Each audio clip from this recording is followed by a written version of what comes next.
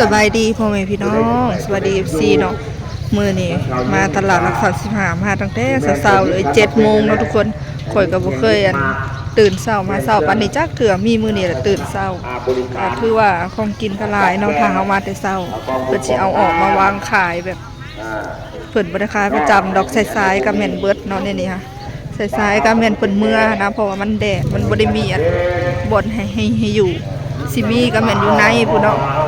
แต่ว่าอาหารบ้านๆแบบผู้เฒ่าผู้แก่เพิ่นเอามาขายนี่สิเอามาขายแต่ตอนเช้าเนาะทุกคนสิมีแต่ตอนเช้าเช้าๆหั่นน่ะประมาณ8 โมงก็เมื่อเบิดแล้ว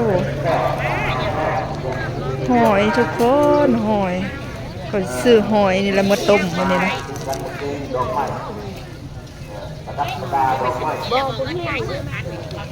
โง่บึ้ดอะไรหอยนี่10,000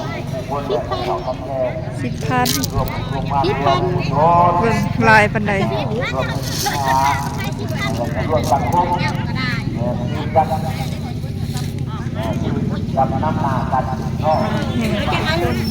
เอาอันหนึ่ง10,000 กีบเนาะทุกคน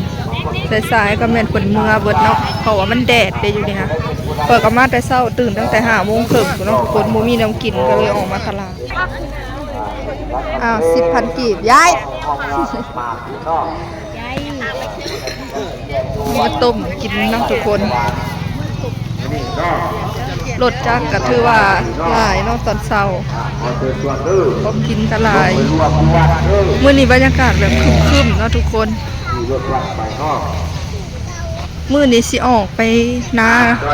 สิซื้อของกินจักอย่าง2อย่างไปให้พ่อกับแม่อยู่นาเพราะว่าเราอยู่นาเราก็บ่ได้กินหยังเนาะอีตดเราทุกคนจะกินหยังแต่ละมื้อข่อยเองก็ยังบ่มีแนวกินเนาะสิซื้อของจักอย่าง2อย่างไปให้เรามันยังมืดอยู่เนาะทุกคนเพราะมื้อนี้ค่ะมันแบบมืดคนนะมื้อนี้ค่ะคล้ายๆแบบฝนสิตกมื้อนี้ค่ะเบิ่งในโทรศัพท์ก็มีฝนอยู่หน่อยนึงมันก็เลยยังมืดอยู่กับมันยังเศร้าเนี่ยเนาะนี่แหละสิซื้อของกินจำพวกนี่แหละเนาะไปให้พ่อกับแม่ค่ะให้พ่อกับแม่อยู่หน้าแบบ2 เท่านอนน้ำบ่ได้กินหยังก็เลยสิซื้อของกินไปให้เราแต่ก็สิเข้าไปลิ้นน้ำหมูพร้อมทุกคนมื้อนี้นะสิเข้าไปลิ้นน้ำหมูเนาะอยู่บ้านนากอยเนาะทุกคนบ้านนากอยนครไกรสอนเนาะแขวงสวรรณเขตคือกันไปลิ้นน้ำเซาเจลเนาะทุกคนหลายคนก็น่าจะฮู้จักพุ่นเนาะข่อยก็อุตส่าห์มาแต่เช้าทุกคนแต่ข่อยก็ยังบ่มีกระดูกอันนั้นกระดูกที่ข่อยซื้อมื้อนั้นสามารถแต่เศร้ายังบ่มีอยู่เนาะมื้อนี้กระดูกโขยงัวนะทุกคนกระดูกแบบหลอนๆอะไรนะบ่มีว่ะชาตินี้ก็บ่มีโอ้อุตส่าห์มาแต่เศร้ายังบ่มีอยู่มีแต่กระดูกแบบซีนติด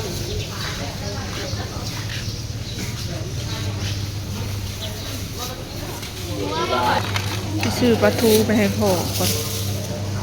เอา2 โลอันเห็ดโคละทงด้วยกุ้งทุกคนกุ้งมันยังเศร้าอยู่เนาะกระไตไฟปกติห่านเนี่ยแล้วมี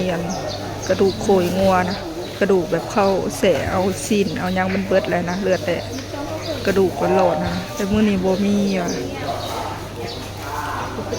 สามารถไปเศร้ายังบ่มีบางห้านเลยบ่ทันได้เปิดเนาะทุกคนคือห้านนี้ก็ยังบ่ทันได้มีหยังวันนี้ก็สั่งเพิ่นเอาปลาทูให้อยู่เนาะราคากับผักขะแยงเนาะทุกคนราคาไปกินกับตำหุ่งผักขะแยงที่ใส่แกงหน่อไม้ปักสิพากันกินแกงหน่อไม้เนาะมันกับหมูปิ้งไก่ได้ของกินมายิกมาย่อยเนาะทุกคนสิได้เมื่อก่อนมันครึมๆทุกคนสิโตกเนาะจ่ายค่ารถเพิ่นก็สิเมื่อก่อนเด้อพ่อแม่พี่น้องได้หอยได้ปลาทูเนาะแต่ก็ของกินถุงสำเร็จรูปน้อยนึง2-3อย่างแบบบ่มีอย่างหลายเนาะเมื่อก่อนเด้อ FC เบิ่งครึมๆนี่บรรยากาศทุกคนสิโตกเนาะฝ นตกพ่อแม่พี่น้องข่อยเปียกเบิดนี่เนาะตอนนี้มาฮอดบ้านเลยพ่อแม่พี่น้องฝนตกตัวเปียกเบิดเสื้อผ้าปุ๊บก็ตกปุ๊บแห้งเติบได้นี่ทุกคนถ้าโตเข้าเพื่อนก่อนเนาะเพราะว่าโทรศัพท์เฮาสิเพจังได๋โทรศัพท์เพบ่คุ้มทุกคนเอ้ยฝนตกนี่ทุกคนทางก็เปียกส่งเสื้อก็เปียกปู้คักขนาดจ้ะว่ะทุกคนเอ้ยเปียกอีบหยีบผ้าออกมาสิตายสบายดีทุกคนหลังจากเขามาแต่รักษาเขาก็ส่งของกินให้พ่อให้แม่อยู่แล้วเนาะเราเข้ามาบ้านพ่อแม่พี่น้องเลยเราเข้ามาบ้านกันเลยเอาให้เราอยู่เฮือนค่ะของกินค่ะทับอิดว่าสิเอามาส่งอยู่นะแต่ว่าเราเมื่อบ้านก็เลยให้อยู่บ้านซะให้เราถือออกมาเองคอยก็เลยออกมาเฮือนสะเจลเลยเนาะตอนนี้สิพากันแกงหน่อไม้กินเนาะถ้าพี่โดยสีแกงหน่อไม้ทงแต่ว่าแม่เขาเจียวไปหาหน่อไม้สดมาก็ได้อยู่เนาะได้กำหนึ่งกับสีมาแกงใส่ผักใส่หมี่ก็คือสีอันแล้วไปอิ่มไปอยู่ดอกเนาะแต่ก็สีมีเมนูอีกเมนูหนึ่งก็คือสีมาตำมะหุกเนาะพ่อแม่พี่น้องมื้อเช้านี้ฝนตกหัวเปียกทุกคนเลยก็เลยสระหัวอาบน้ำสระหัวก็เลยออกมาหาหมูเนาะกินชุ่มแซวกันทุกคนก็แซ่บเนาะหน่อไม้ยามนี่ก็อึดแกงก็คือว่าแซ่บมาเด้อ FC พ่อแม่พี่น้องมากินแกงหน่อไม้ตำมะหุ่งเด้อมื้อนี้มากินอยู่เพื่อนหมู่เนาะอยู่คนละบ้านกันแต่ว่าบ่ได้ไกลกันปานใดขี่รถมาหากันความห่วยความยังมากกะฮอดแหละ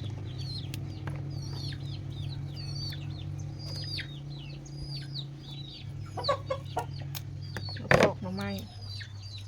หน่อไม้ยามนี่ก็อึดถือแกงแซ่บ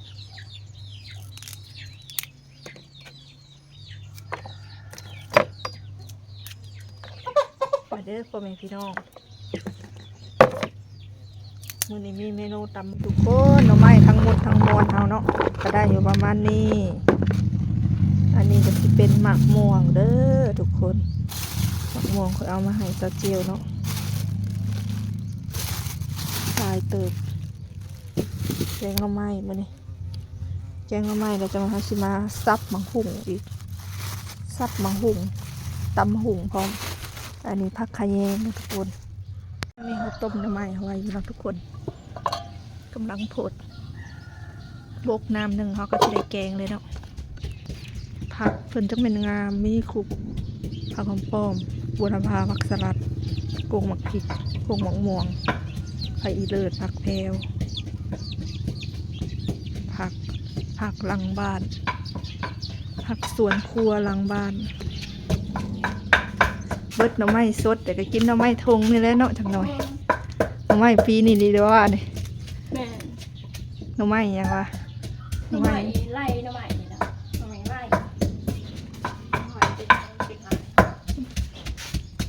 น้ำยานางน้ำผักบงบ่มียานางเอาผักบงมายีใส่แทนหน่อยเบิดผักไข่เหี้ยอันนี้เครื่องตำเฮาเครื่องเมียงอันนี้เมียงตำมะหุ่งมาซอยมะหุ่งอันนี้เฮ็ด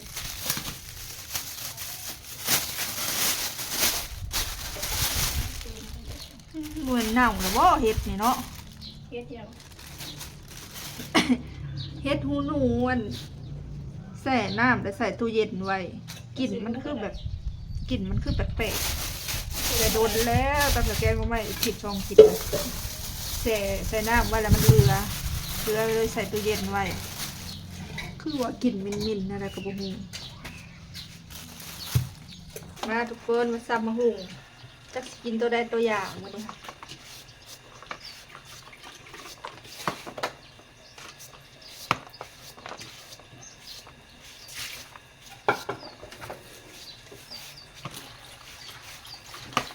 จะกินล่าสุดตอนใดตำหุ่งบอกกินหมูทำสัวทำเมื่อวานเรากินตำสัวกันนั่งกินคนเดียว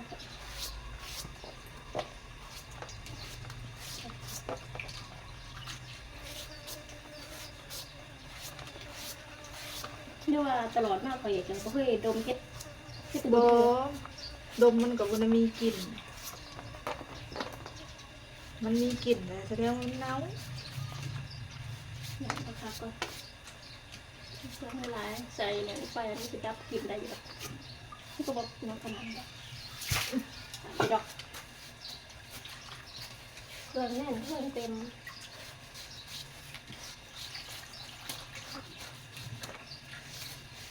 ชิมของเขาพอแม่นเอาไปพ่อกินเอาใหม่แล้วก็เป็น คือบ่หุงเอามันจะง่ายกว่า อันนี้มีเตาเดียวค่ะแย่งกันอยู่ได้ซะ นี่คอยกระสิบอันหนึ่งเขาพอดีแต่คนมาไว้แต่นั่นแล้วแต่ มาก็สิเป็นหยังแรงกันหนึ่ง กินข้าวเจ้าไปชีวิตตามมาคูนี้ที่เขาพอดี อ้าวมันก็มีข้าวเหนียวอยู่ได้ซะคันถ้าสิกินกับตำบักหุ่งเขาก็กินข้าวเหนียวคันถ้าสิกินแกงอะไรเขาก็กินข้าวเจ้าคันมันมี2 เตาเนี่ยเราเห็ดพร้อมกันค่อยน้ำบไดิซีเรียสเลยค่อยตำบักหุ่งค่อยกินกับข้าวเจ้าก็ยังได้ค่อยว่าค่อยแห้งหมักกินข้าวเจ้าเพราะว่ามันอ่อน มันกินง่ายนี่เขาก็เตรียมเครื่องไว้แล้วเรียบร้อยนะทุกคนอันนี้ผักขะแยงผักขะแยงเฮ็ดใส่แกงหน่อไม้เนาะอันนี้เครื่องเขาสิมาตำมาหุงน้ำใส่แกงหน่อไม้ทุกคนปรุงแล้วเรียบร้อยในนี้เนาะใส่มะพริกดิบนี่นี่ใส่มากมะระขี้นกลงไปในแกงหน่อไม้น้ำเนาะเส้นมะกุ้งของเฮาก็ซับไปแล้วเรียบร้อย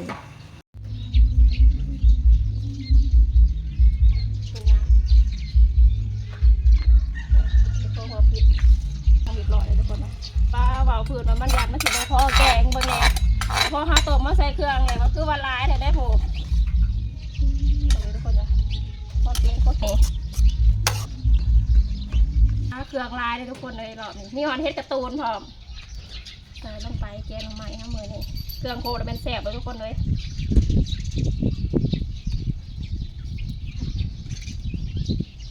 พักกับใส่3 อย่างมาเลยซะแค่เตรียมไว้แล้วก็เห็ดกินกระแดดเลยแดดมาแล้วปะเนี่ยใส่ผักลงไปหอมกุ้มแบบนี้พักกับพักนี้อันนี้คือพักก็คือว่าสิเต็มหมออะไรทุกคนเลยค่ะใส่แค่พักก็ได้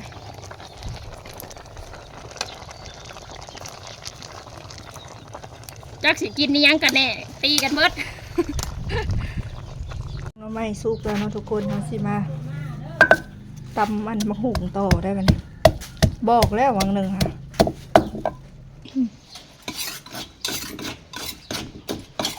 หยวกกัน ก็มาชีเค็มเลยใส่กระดาษลาย ปรุงอื่นเติมไปอีกลองชิมก่อน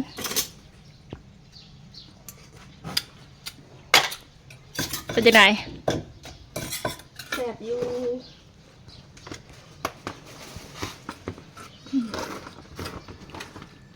กันกิน2 คนกินมาว่าจะแค่ตำหุง บักหลายหนึ่งเข่งอยู่เท็ดเคยกินเบิดบาทเบิดเบื่อบ้างไงทุกคนเท็ดกินกันได้ มีแกงมาไหมค่ะเบิร์ดอยู่ กินลิ้นไปนี่แหละ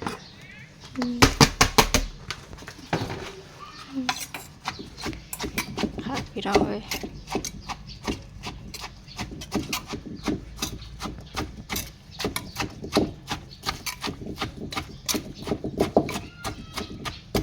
เจ้าวานมันสีลายไปประจักหน่อยนะบางคุ้ง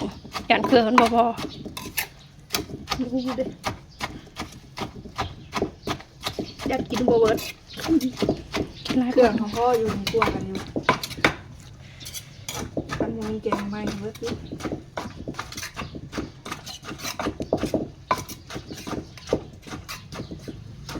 ซีมึงดู มันมีผู้สาวมาตามเอาหุงให้กินได้ทุกคน ซีมึงดูเจ้าพ่อหลักของเราแกงแล้วเรียบร้อยตำหุงก็แล้วเรียบร้อยมาเด้อทุกคนมากินข้าวทำกัน มีผักบุรพาผักข้าวผักบงมีมะเขือผักอีเลิศเมี่ยงตำหุงไว้แซ่บแห้งมื้อนี้เนาะมาเด้อ FC พ่อแม่พี่น้องมากินข้าวทำกันเนาะมีเกี๊ยบหมูเมี่ยงกับตำหุงพร้อมทุกคน มันเด้อมันเด้อมากินนำกันเด้อ คนที่ทานแป๊บเดียวสองจำคำนี่ครับยกมือ แซ่บลวกคอแล้วมันเย็นเลย เป็นไข้วัดแล้วมันเจ็บคอแล้วก็เป็นไข้เต็กเป็นจนแล้วก็เตือบเป็นใจมาไม่ใช่เช้าก็เป็นวัด มันเย็นแล้ว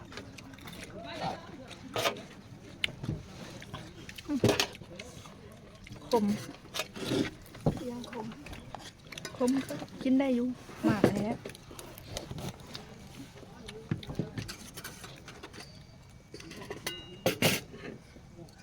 เป็นไปของจำเรียนแล้ว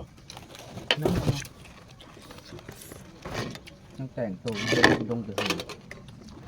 ใช่ป่ะชาแวนเห็นว่าเราอุ้มใครเป็น ไปเลย เจ้าไปไปวันไกลแล้วนี่ฮะ ไว้ของกัน ทับมาแต่ทำโบเต็ง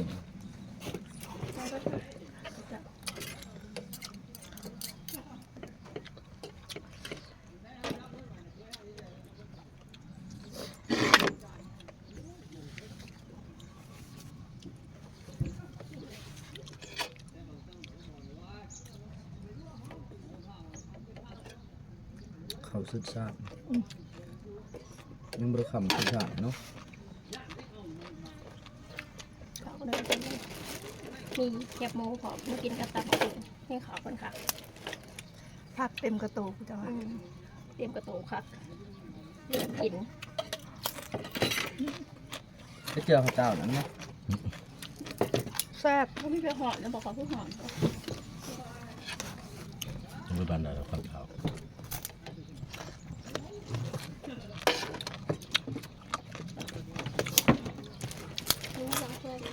แล้วก็ตำมะฮุง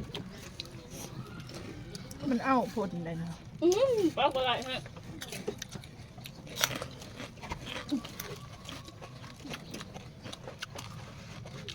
ยืมเกี่ยวก็ได้ เราไม่เท่ากันเลยยังมั้งเราไม่เท่ากันเลย